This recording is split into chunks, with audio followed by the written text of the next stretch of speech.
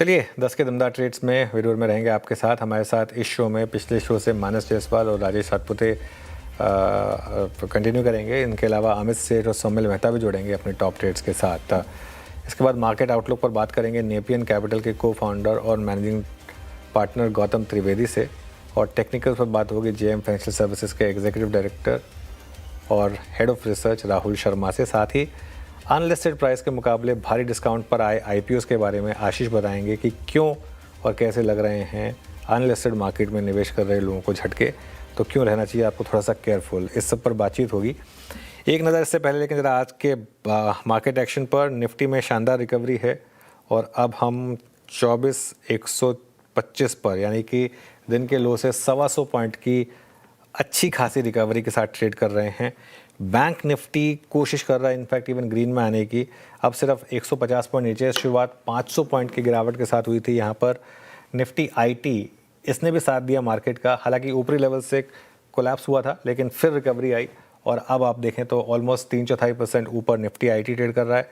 इसके अलावा advance decline जो है अब वो धीरे धीरे एडवांसेस के फेवर में आने की तैयारी कर रहा है। 1:1 तो ऑलमोस्ट हो गया है और ऑलमोस्ट 1400 1481। मिड कैप और स्मॉल कैप में भी अच्छी रिकवरी है।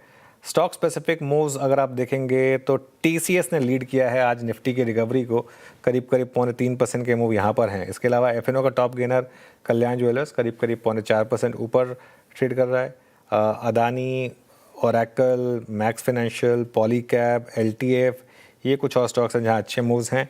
जो स्टॉक्स नीचे हैं उनमें ICICI Lombard, Bharat dynamic, angel one, Biocon, InterGlobe aviation, Avenue supermart. हालांकि एवेन्यू सुपरमार्ट रखेगा। और देखिए जहां खुला वहां से रिकवरी आई है। सिर्फ अगेन शॉर्ट नहीं करना था इस स्टॉक में, ये हमारा सुबह व्यू था कि जहां खुलेगा वहां शॉर्ट ट्रेड काफ़ी रिस्की है। आपको ना लेना हो आपकी मर्जी है, लेकिन शॉर्ट करके पैसा नहीं बनेगा यहाँ पर। और देखिए जहाँ खुला है वहाँ से करीब 100 रुपये ऊपर ही है, तो आपने शॉर्ट अगर किया होगा तो फंसे ही होंगे यहाँ पर। यहाँ से भी अच्छी रिकवरी आ रही है। चलिए फिर ट्रेड्स की शुरुआत करते हैं वीरो। बिल्कुल, ये छोटी सी समरी आपने सुनी अभी। अब ट्रेड्स को पिक करते हैं। पिछले कार्यक्रम से इस कार्यक्रम में हमारे साथ मानस जी और राजेश जी मौजूद हैं। फ्रेश पर्सपेक्टिव लेके अमित सेठ और सोमिल मेहता जुड़े हैं। Somil, good morning. आपके दो ट्रेड्स इस वक्त के। Good morning to everyone. मेरे दो ट्रेड्स होंगे एमएफएसएल में एक consolidation on the hourly charts ऊपर की तरफ टूटा है। On the daily charts 20, 40, 200 daily moving average के आसपास सपोर्ट लेके फिर से एक नया मूव ऊपर की तरफ शुरू हुआ है। I will be expecting a big move medium term में भी। तो यहाँ पे मेरे स्टॉप लॉस होंगे अराउंड 1618 पर, 1618 पर, और टारगेट ऊपर में होगा 1720। दूसरा स्टॉक होगा यूनाइटेड स्पिरिट्स में लास्ट 3-4 ट्रेडिंग सेशन में छोटा सा करेक्शन आया है। मुझे लगता है यहाँ पर एक बाइंग अपॉर्चुनिटी बनती है। प्रीवियस टू प्रीवियस वीक में एक ब्रेकआउट हमने देखा था। मुझे लगता है ये कंटिन्यू रहेगा अप ट्रेंड। स्टॉप लॉस रहेगा 1370 पर और टारगेट रहेगा 1440। चलिए, तो ये इस समय आपकी ट्रेड्स हो गई सोमिल जी की। Amit ji good morning. अमित जी आपकी दो trades. Good morning Anuj ji, good morning Virendra ji and everybody on the panel. Anuj ji, पहली ट्रेड रहेगी एम्बर एंटरप्राइज का अगर हम स्ट्रक्चर देखें तो यहाँ पे एक अच्छा खासा हमने कॉन्ट्रैक्शन पैटर्न देखा है। स्टॉक ने एक लंबे अरसे 10-15 दिनों का एक टाइट कंसोलिडेशन मूविंग एवरेजेस पे किया। 200 एमआ 10 और 20 एक साथ स्क्वीज थे और अब ये स्टॉक इस कॉन्ट्रैक्शन पैटर्न से बाहर आ रहा है। तो लगभग 7938 का प्राइस है, इसे बाय करना है। टारगेट्स हमारे यहाँ पे लगभग रहेंगे 8150 8150 के, और स्टॉप लॉस यहाँ पे रखेंगे हम लगभग 7830 का 7830 का। दूसरा स्टॉक जो मुझे पसंद आ रहा है दैट इज बंधन बैंक। बंधन बैंक में अगर हम देखें तो यहाँ पे भी स्टॉक ने बड़े ब्यूटीफुली अपना 50 डेमा होल्ड किया और पिछले 2 दिनों से हम यहाँ पे एक अच्छा पुल बैक देख रहे हैं। It's almost on the verge of 52 week high. लगभग 212.50 रुपए का दाम है, इसे बाय करना है। स्टॉप लॉस हमारा रहेगा 209 का और टारगेट्स यहाँ पे हमारे रहेंगे 218 रुपए। ओके, अब चलते हैं मानस जी के ट्रेड्स की तरफ। मानस जी, आप क्या पिक कर रहे हैं? देखिए, पहले तो एलटीएफ पे खरीदारी करेंगे वीरेंद्र जी। स्टॉक ने करेक्शन के बाद 10 डे मूविंग एवरेज पे सपोर्ट लेके रैली रिज्यूम की है, तो यहाँ पर करंट लेवल्स पे खरीदारी करने की राय रहेगी। 324 के स्टॉप लॉस से यहाँ पर खरीदारी करनी है और 340 340 के टारगेट सेट करने हैं। दूसरा स्टॉक पॉलीकैब का है। पॉलीकैब में भी खरीदारी करने की राय रहेगी। यहाँ पर भी स्टॉक ने अपने 50 डे मूविंग एवरेज को रीगेन किया है। इंट्राडे चार्ट पे हाई टॉप्स हायर बॉटम्स का कंफर्मेशन है। तो 9190 का स्टॉप लॉस लगाएंगे। 9650 9650 के टारगेट से। ओके, ये हो गई मानस जी की पिक पॉलीकैब पर। इस समय अच्छे मूव्स हैं यहाँ पर। अब राजेश सातपुते जी, आपकी 2 ट्रेड इस समय की। श्योर। अनुज जी, देखिए आईसीआईसीआई प्रू पे मेरी नजर है। आई थिंक फ्राइडे भी मैंने इसको डिस्कस किया था।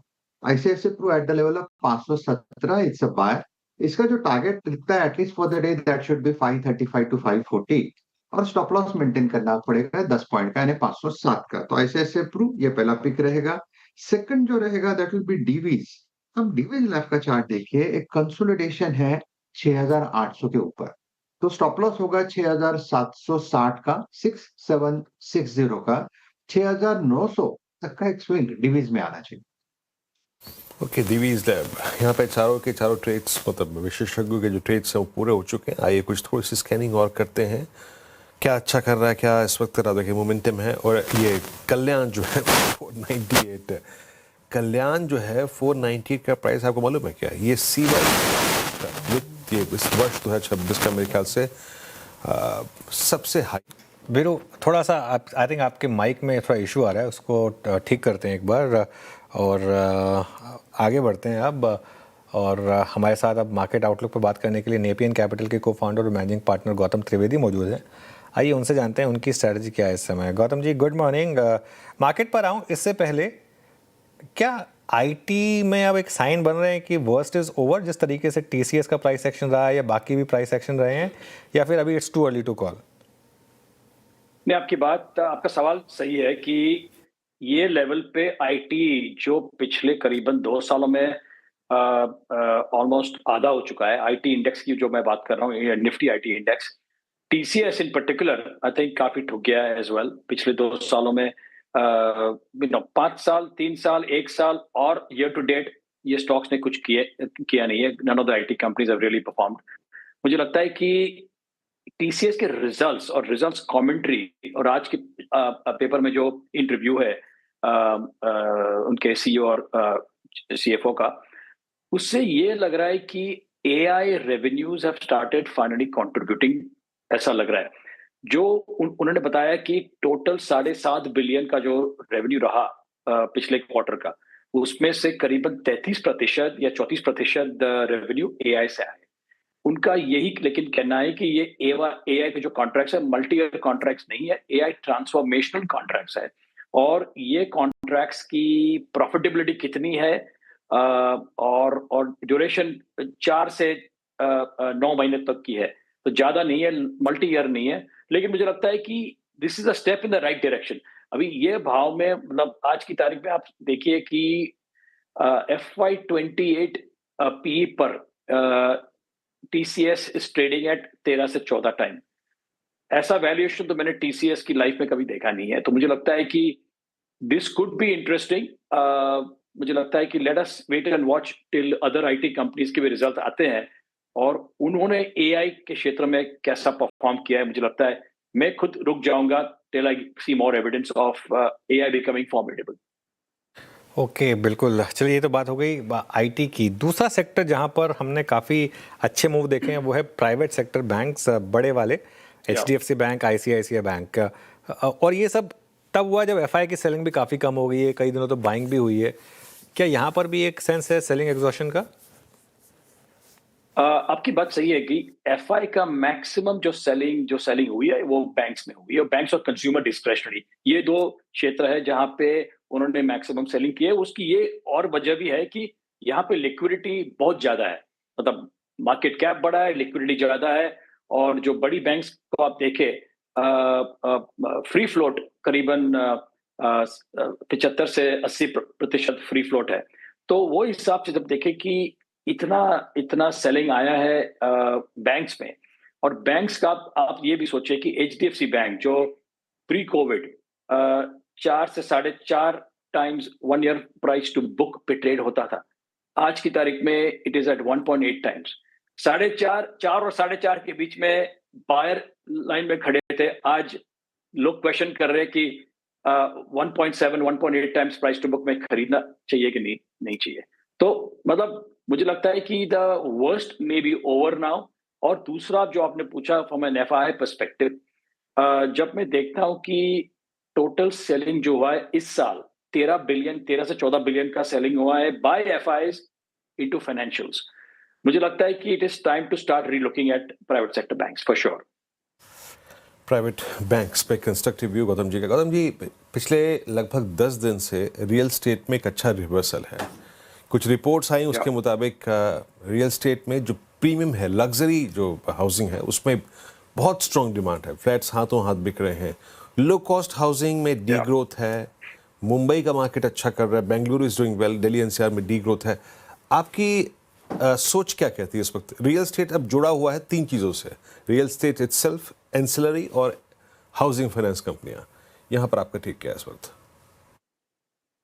देखिए, हाउसिंग फाइनेंस कंपनियां लग्जरी फाइनेंस घर को फाइनेंस नहीं करती है, तो ये इन सम सेंस जो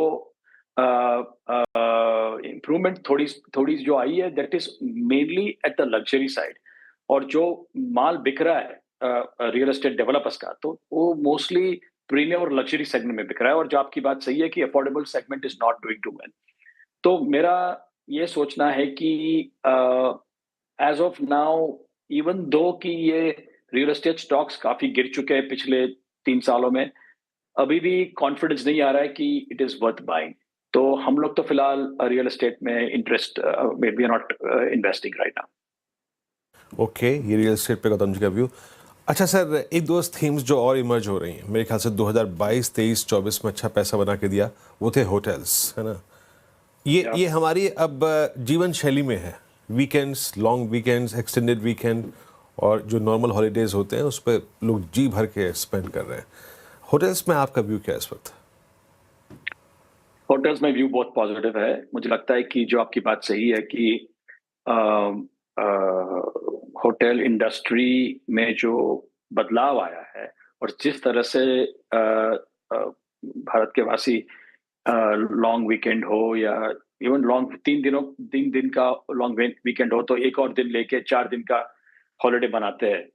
और मुझे लगता है कि ये जो नया एक्सपीरियंसेस का जो जो फैसिनेशन आ गया है इंडियंस में, मुझे लगता है कि ये जारी रहेगा। होटल जो 10 साल पहले 2 या 3 होटल कंपनी थी जो लिस्टेड थी, आज की तारीख में 10 से 12 होटल कंपनीज हो गई है। We are positive on the sector और मुझे लगता है इसमें ग्रोथ विल कंटिन्यू। और ऑफ कोर्स ये ना भूलना चाहिए कि जो अपने प्रधानमंत्री ने बोला है कि जहां तक हो सके आने वाले 12 महीनों के लिए फॉरेन ना जाए और प्लीज हॉलिडे इन इंडिया, उसको भी ये इंडियन होटल कंपनीज का फायदा होने वाला है। ओके, चलिए, तो ये आपके लिए हो गई होटल सेक्टर पर एक व्यू। और फार्मा में क्या व्यू है अब आपका गौतम जी? फार्मा ने भी अच्छा आउट परफॉर्म किया है। इस समय फार्मा पर क्या व्यू रखेंगे? फार्मा मुझे लगता है is very stock specific sector. आपकी बात सही है कि काफी सालों तक कुछ खास परफॉर्म नहीं किया, लेकिन पिछले 6 से 8 महीनों में there is started to be an improvement. तो but it is very stock specific. तो जहां एक्सपोर्टर्स है वहां पे इतना कुछ खास प्रभाव नहीं आया, लेकिन डोमेस्टिक जो फार्मा है there is been I think a bigger opportunity. Okay, कोई और स्पेस जहां पर आप पैसा लगा रहे हैं इस समय? EV, new age, capital market, कोई भी थीम जो अच्छी लग रही है आपको? हमारे फंड में 21% और द हाईएस्ट सेक्टर एलोकेशन है टू पावर। और हमें ये भी लगता है कि आने वाले 5 से 10 सालों तक पावर में ग्रोथ जो आ रहा है और जो इन्वेस्टमेंट्स हो रहे हैं will continue to lift the entire power sector. और पावर सेक्टर के अंदर जो वीक लिंक है वो है ट्रांसमिशन। और मुझे लगता है कि इन्वेस्टर्स को ये पूरा ट्रांसमिशन का इकोसिस्टम स्टडी करना चाहिए। हर एक कंपोनेंट सप्लायर को भी स्टडी करना चाहिए। मुझे लगता है बड़ा पैसा उसमें बनेगा।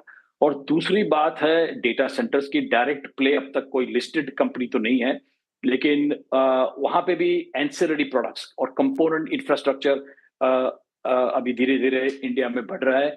100 बिलियन का निवेश होने वाला है आने वाले 6 या 7 सालों में। तो जहां पे भी कैपेक्स हो रहा है follow the capex trail. I tell all my investors, जहां कैपेक्स हो रहा है उस पे, वो क्षेत्र में फोकस कीजिए, और मुझे लगता है वहां पैसा ज्यादा बनेगा। बिल्कुल। अच्छा, एक थीम और जिस पे मैं शायद चर्चा करना चाहूँगा आपसे गौतम जी, वो है NBFCs। हालांकि आप अपने बैंक्स पे अपना एक व्यू दिया है, प्राइवेट बैंक्स पे आप एक स्ट्रॉन्ग व्यू रखते भी हैं। अब NBFCs, कन्वेंशनल जो NBFCs हैं या फिर हाउसिंग फाइनेंस कंपनियों को आपने पहले ही रद्द के किनारे कर दिया है, क्योंकि वहाँ पे लग्जरी में HFCs का कोई योगदान नहीं होता है। गोल्ड में एक सब्सटेंशियल डिप है, तो गोल्ड में डिप का जो एक डिसएडवांटेज है, वो जो गोल्ड NBFCs हैं वो थोड़ा सा अभी झेल रही हैं। बट मोटे तौर पे NBFCs में आप कौन से श्रेणी में, कौन से, अगर आप देखें सेगमेंट में ज़्यादा बुलिश हैं इस वक्त? हमारे यहाँ, हमारे फंड में rather we have affordable housing NBFCs, जहाँ जो अफोर्डेबल हाउसिंग का फाइनेंसिंग करते हैं, और जहाँ पैसे की जरूरत है, जहाँ फाइनेंसिंग की जरूरत है, जो लग्जरी घर खरीद रहे 50 करोड़ के, 60 करोड़ के, उनको फंडिंग की जरूरत नहीं है, मुझे लगता है। लेकिन अफोर्डेबल साइड में the scope is huge, because वहां पे जो आम आदमी है उसको obviously they need funding for buying, गाड़ी खरीदनी हो या ऑटो खरीदना हो, घर खरीदना हो। और गोल्ड लोन में शायद जो आपकी बात सही है कि थोड़ा बहुत गोल्ड के प्राइसेस, सोने के भाव में गिरावट आई है, लेकिन मुझे लगता है लॉन्गर टर्म अपने देश में इतना सोना है कि that has to be monetized, और we are very bullish on the gold loan companies. Okay, bullish on gold loan companies, ये हो गई बात इस समय। चलिए, बहुत बहुत शुक्रिया गौतम जी आज हमारे साथ जुड़ने के लिए और अपना व्यू हमारे सामने रखने के लिए। आगे बढ़ते हैं अब, और हमारे साथ अब GM फाइनेंशियल सर्विसेज के एग्जीक्यूटिव डायरेक्टर और head of research Rahul Sharma मौजूद हैं, उनसे बात करते हैं। Rahul ji, good morning. राहुल जी, क्या लग रहा है मार्केट देखकर, Nifty, bank Nifty IT buy on dips market है, या फिर ये एक टर्निंग पॉइंट है पिछले 3-4 दिनों में जिस तरीके से वॉलेटिलिटी लौटी है? जी अनुज जी, पिछले सोमवार आपके चैनल पे जब डिस्कशन हुआ तो क्लियरली हमने कॉशियस स्टांस बोला था और 24,500 के आसपास प्रॉफिट बुकिंग की राय दी थी। उसके बाद कहीं ना कहीं से वो ट्रम्प साहब का जो कमेंट निकला, उसके बाद हमने शार्प करेक्शन देखा पिछले वीक में, और एक वोलेटाइल वीक होने के बावजूद निफ्टी ने 24,131 का जो 200 दिन का DMA सपोर्ट है उसको लिया, और क्लोजिंग जो है वीकली क्लोजिंग वो काफी रिलेटिवली अच्छी थी जो हिसाब से वोलेटिलिटी थी। अब इस वीक में हमारा ये मानना है कि जब तक हम 24,000 के ऊपर है, मेरी मार्केट का सेंटीमेंट जो है बाय ऑन डिप का रहेगा। लॉन्ग पोजीशंस के लिए आप एक यहाँ से 23,950 का स्टॉप लॉस लगा सकते हैं, और अगर इंट्राडे में कोई भी डिप आती है 24,000 के आसपास तो बाय करने की राय रहेगी। हमारा यह मानना है कि 24,500 पर एक तरह से मार्केट का लिड लगा हुआ है, कैप लगा हुआ है, इसको निकालना थोड़ा सा मुश्किल जरूर रहेगा। कल की एक्सपायरी में काफी डेटा भी यहाँ पर चेंज होता हुआ दिखेगा, तो बायस जो है निफ्टी में क्लियरली बाय ऑन डिप का है। दूसरा सबसे इंटरेस्टिंग बात ये हो रही है कि बैंक निफ्टी ने लास्ट वीक थोड़ा ब्रीदर लिया, 3-4 वीक की आउट परफॉर्मेंस थी बैंक निफ्टी में, और उसके बाद लास्ट वीक कंसोलिडेट करता हुआ दिखा। लेकिन इस कंसोलिडेशन में PSU बैंक्स का जो डेटा है वो बहुत ही बेहतरीन निकल के आया। तो अगर आप फ्यूचर्स का डेटा देखो तो कैनरा बैंक का ओपन इंटरेस्ट 3 साल के हाईएस्ट लेवल पर है। आप अगर ओवरऑल PSU बैंक्स को देखो, जैसे बैंक ऑफ बड़ौदा हुआ, कैनरा बैंक हुआ, या इवन इंडियन बैंक, इसके रिजल्ट्स बढ़िया थे, स्टॉक ने काफी बेहतरीन मूव दिया, तो काफी सारे स्टॉक्स में OI स्पर्ट हुआ है, OI इंक्रीज हुआ है, 1 ईयर हाई पे भी है, 3 ईयर हाई पे भी है, और ये हुआ है एक जो रिसेंट करेक्शन आया था उसके बाद। तो हमें लगता है कि PSU बैंक्स यहाँ पर आउटपरफॉर्म करते हुए चलने चाहिए। हमारा आज का जो पिक रहेगा PSU बैंक्स में से ही रहेगा। एज अ डिस्क्लेमर हमने हमारे क्लाइंट्स को रेकमेंड किया है, पोजिशनल बेसिस पर हमें यूनियन बैंक का सेटअप बहुत प्रॉमिसिंग लगता है। यूनियन बैंक को इन लेवल्स पर बाय किया जा सकता है, 162 का स्टॉप लॉस रहेगा, और हमें लगता है 180 तक के टारगेट्स आपको अगले 5 से 10 ट्रेडिंग सेशन में देखने को मिल सकते हैं। तो PSU बैंक्स में यूनियन बैंक सबसे बेहतरीन पिक, और एक कैश साइड में रिकमेंडेशन रहेगा UTI AMC। इसमें एक बहुत ही बेहतरीन राउंडिंग बॉटम देखने को मिला है डेली चार्ट्स पे, तो डिलीवरी बेसिस पर 1 महीने के व्यू के हिसाब से यूटीआई एएमसी को बाई किया जा सकता है। पहला लक्ष्य 1100 रुपए का रहेगा, लेकिन हमें लगता है कि तकरीबन 20% तक की अपसाइड आपको महीने भर में स्टॉक में देखने को मिल सकती है। तो यूटीआई एएमसी और यूनियन बैंक ये दो हमारे टॉपिक्स हैं आज के लिए। ओके, यूटीआई एएमसी यहाँ पे एक स्ट्रॉन्ग मूव आप एक्सपेक्ट कर रहे हैं, लॉन्ग कॉल 1086 पे। ये Rahul ji, mid cap IT में क्या क्या चीज कर रहे हैं, या फिर आईटी में पूरा क्या चीज कर रहे हैं आप इस वक्त? जी बिल्कुल, आईटी सेक्टर में हमें बाउंस बैक देखने को मिल रहा है। पिछले वीक में काफी बेहतरीन यहाँ पर हमने देखा कि बाउंस बैक था, खास करके फ्राइडे को टीसीएस के रिजल्ट्स आ जाने के बाद में। आई थिंक टेक महिंद्रा का सेटअप यहाँ पर देखा जा सकता है। स्टॉक कंसोलिडेट कर रहा है अपने शॉर्ट टर्म मूविंग एवरेजेस के आसपास। रिस्क रिवॉर्ड फेवरेबल है लॉन्ग के लिए। आज HCL टेक के रिजल्ट से, if I am not mistaken, तो थोड़ा सा वोलेटिलिटी जरूर रहेगा, लेकिन इंडिविजुअल सेटअप में हमें लगता है कि 1540 1550 के लिए पॉजिटिव है टेक महिंद्रा में। तो इन लेवल्स पर बाई किया जा सकता है। 1430 का स्टॉप लॉस रहेगा लॉन्ग्स के लिए। ओके, आपके स्टॉक स्पेसिफिक आइडियाज क्या होंगे इस समय? जी अनुज, आई थिंक सबसे बेस्ट जो पिकअप जो सेटअप है पीएसयू बैंक्स में है। तो हमने यूनियन बैंक को डिस्कस किया। आई थिंक एक और स्टॉक जो यहाँ पर कंसिडर किया जा सकता है वो है कैनरा बैंक।